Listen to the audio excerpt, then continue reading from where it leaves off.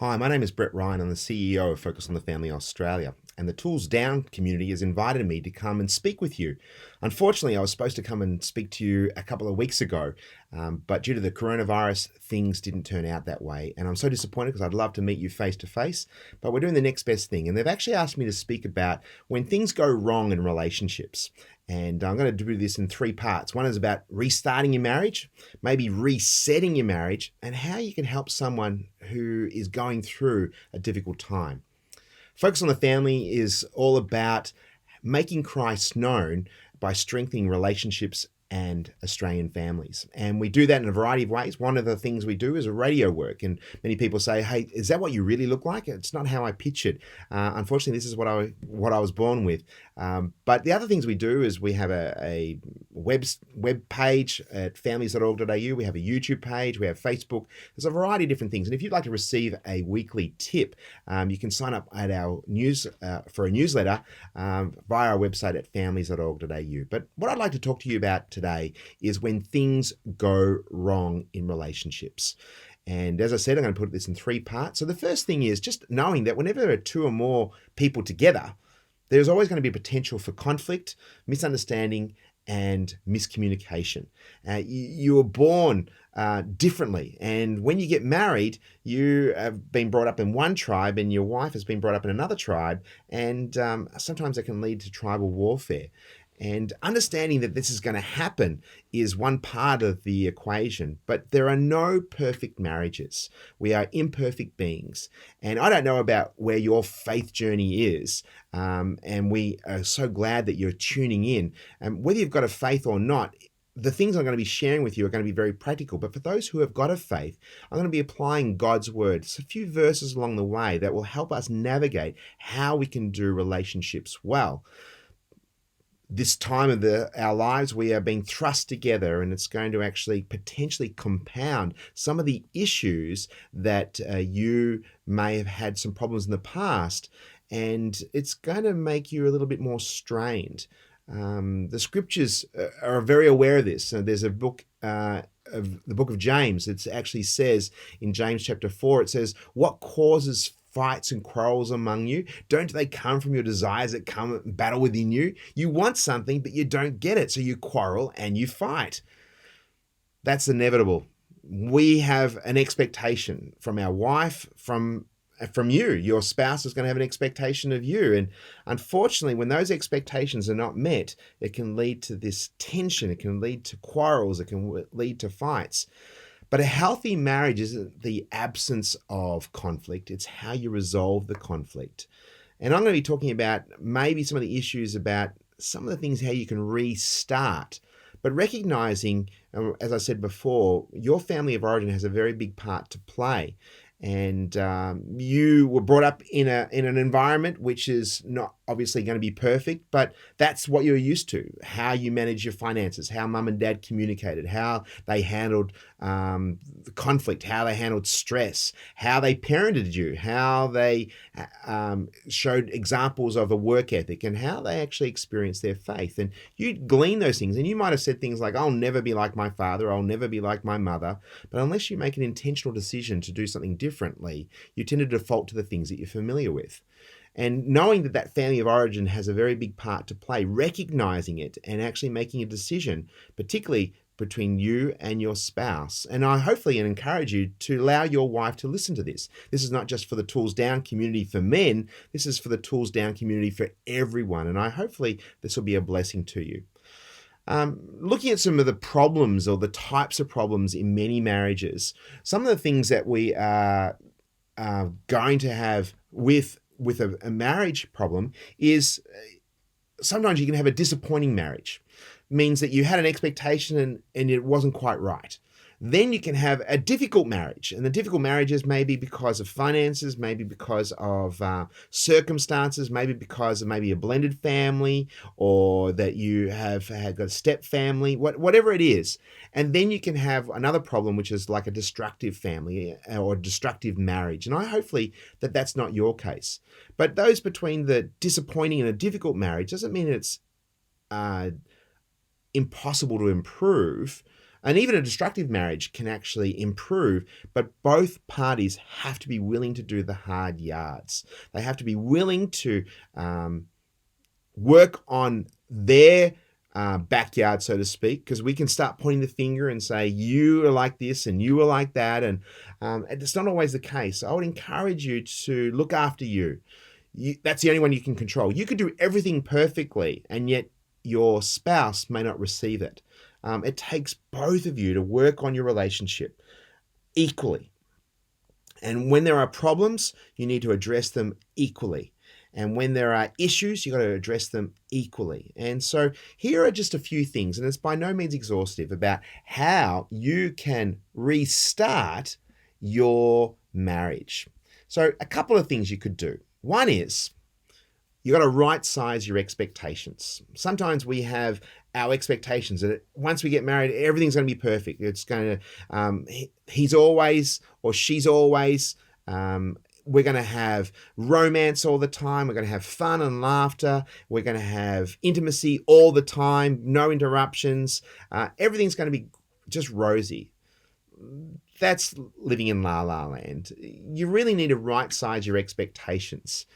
And once you've got that, then you can actually move forward and in a way that's actually saying you're not going to be disappointed. You're not going to cause quarrels and fights because you didn't get what you wanted. You go in with the idea of what you can do for the health and well-being of your marriage. Another thing how you can restart your marriage is don't assume the worst in your partner or jump to any conclusions. Many of the times we can get into problems because we actually assume or we know what the other person's thinking or saying or doing, and we actually may think the worst of them and jump to conclusions. My wife and I, we've been married for 30 years, and often we've been caught out when she said something or did something, and I go, where did that come from? Why did you come to that conclusion? And then I realize that I'm being more aggressive, and if I just dial it back a little bit and actually say, can you help me understand why you've said that or why you've acted that way? And then it's completely different from what I anticipated. So don't jump to conclusions. Assume the best and the positive things. Sometimes we can dwell upon the little things. There's a verse talking about, don't, focus on the speck in other people's eyes, and you've got a log in your own. We can look at all the minute things, but let's look at the bigger picture, the good qualities, and think positively of our spouse. The other thing we need to do, especially for men, we're not very good at this, and women, if you're listening to this, we like to be straightforward. We need to be directed to. We don't often read between the lines. And some of the things when we hear things, we need to be direct. If for example, with the body language, if you said to your spouse, "How are you feeling?" and they say, "I'm fine," you may have not picked up the cues that they weren't fine, because actually fine stands for freaked out, insecure, neurotic, and emotional. So next time, if someone says to you, "I'm fine," maybe just ask another question. Say, "Are you really?" We also know to show grace when we communicate with one another. Showing grace is actually undeserved or unmerited favor. And if we're looking at the best of somebody, the qualities of them, the good attributes, we can actually not dwell upon the negative things. If you go in with the idea you can change your spouse, and once you get married, everything's going to be rosy because you'll sort them out, that's a poor foundation. You need to actually go in with the idea of, I love them and I love their flaws as well. Because often those flaws can get bigger once you get married. Another thing when we're doing communication is watching our tone and watching our volume. Learn to respond, not react. When we react, we actually lose control and we clash. But when we respond, we're in control of our volume, we're in control of our tone, we're in control of our body language. All of these things set up for restarting your marriage by communicating favorably. And when you have to have these tough conversations, the brave conversations I call them, if someone comes out and says, we need to talk about something, don't become defensive. Include them in the journey. Include them and say, actually, I hear you. Yeah, I can understand why you came to that conclusion. That's a blind spot for me. Thank you for contributing to our health and well-being of our marriage. And but often we become very defensive and we justify ourselves. That's not going to restart and re-kick your marriage. Another thing we'd like you to do in restarting your marriage, especially if it's being troubled or not going so well, is to be curious of your spouse. Ask, you know, questions, be inquisitive, be interested, genuinely interested about what makes them tick, why they think the way they think, and what is their passion, what is their drive. Your role as a husband and my role as a husband is to see my wife being fulfilled in her God-given gifts and her talents, and to encourage her, to motivate her, and not to bring her down, but to build her up. When you rediscover and more curious of your spouse, and it doesn't mean that everything changes, but they do change because of circumstances. If they have children, or if their work circumstances, or financial, or if you're stressful, you change over time. Your spouse will change as well. And when you actually are in that, what I call the intense fellowship moments, find the problem, dig it out, because often we can actually point the finger and say it's your fault. It's you. But often when you dig it down and uncover some of the issues, you might discover that you're the problem. Even if you're at 5% of the problem, you're still a problem, because it takes two to make a relationship work. The final couple of things that I'd like to say to restart and re-kick your marriage, especially if it's going a little bit south. But these are all very practical, even if things are going well. You don't just want to have a good marriage, you want to have a great marriage. And that is actually to affirm and encourage, to build each other up, to think of the best, but also with our words and our actions, our attitudes, not tear down and be critical and be sarcastic, but to actually say, hey, thank you so much for what you do for the kids, what you do for me. Just saying those words can actually diffuse some volatile and very tense situations. Because often we take one another for granted, and that is not helpful in any stretch of the imagination.